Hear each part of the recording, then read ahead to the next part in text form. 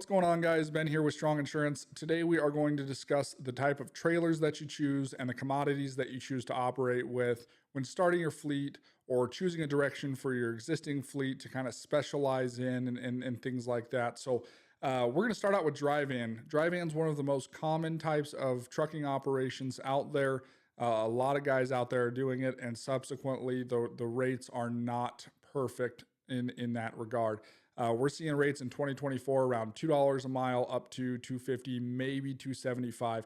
Spot rates are going to be closer to that $2, $2.25 a mile, and your direct contracts can be $2.50 to $3.25 a mile. I mean, obviously, if you have your own direct contracts, there's definitely more money to be made in the space.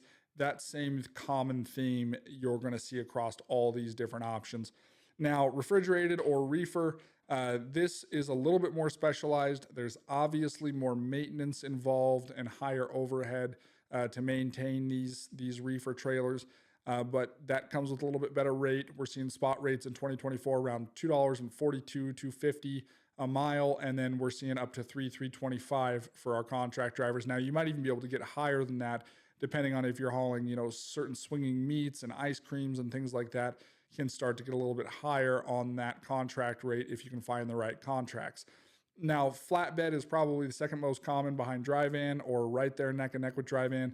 Flatbed, we see right now in 2024 the spot rate around $2.50 a mile, and we see that anywhere from $2.50 up to $3.25 to maybe even $3.50 if you've got those contracts.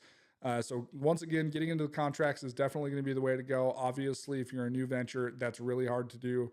Go put some miles under your belt, start to make connections, meet people, and try to get your own contracts. Now, when it comes to hazardous material, this can be a little bit more difficult. The rate per mile on this varies drastically on geographical location, non-corrosive, corrosive, flammable, non-flammable. There's a ton of variables in the hazardous material space. Now, obviously, the rate per mile is elevated here. Generally speaking, I don't advise anyone with less than 2 years of CDLA experience to go out there and try to get behind the wheel of a hazmat truck. You got to take your lumps a little bit on that. Go get some experience under your belt, and then maybe look at going into the hazardous space side. So hazardous, there's obviously way more regulations involved here. There's definitely some maintenance involved here, and subsequently the rates tend to be better. I've seen hazardous coming in as low as $2.80 to $3.25 a mile, and I've seen it coming in as high as $6 a mile to haul some of this hazardous material, depending on what it is. I would say on average it's $4.25, maybe up to $5 a mile. Most of the time, it's harder to find direct contracts with the hazardous space. A lot of those are gobbled up by some of the bigger guys. So definitely keep that in mind. Make sure that regardless of what kind of trailer you're going with, that you make sure the supply and demand is there for you to go out and build a 10 truck fleet with that type of trailer and going after that type of commodity. Now, same thing with livestock. Livestock can be extremely profitable. I know a ton of guys, even out here in Western Nebraska and throughout the Midwest, that make a killing hauling these cattle. Now, that being said, once again, I don't recommend someone jumping behind the wheel for the very first time and taking a cattle pot full of cattle down the highway down to Texas from Nebraska or anything like that. A lot of those guys that we see doing that out here came up hauling hay, then they graduated over to cattle, and that's how they got into cattle. Now, there's a ton of money to be made in it. The cost per mile is variable based on geographical location, but it can be very lucrative as well.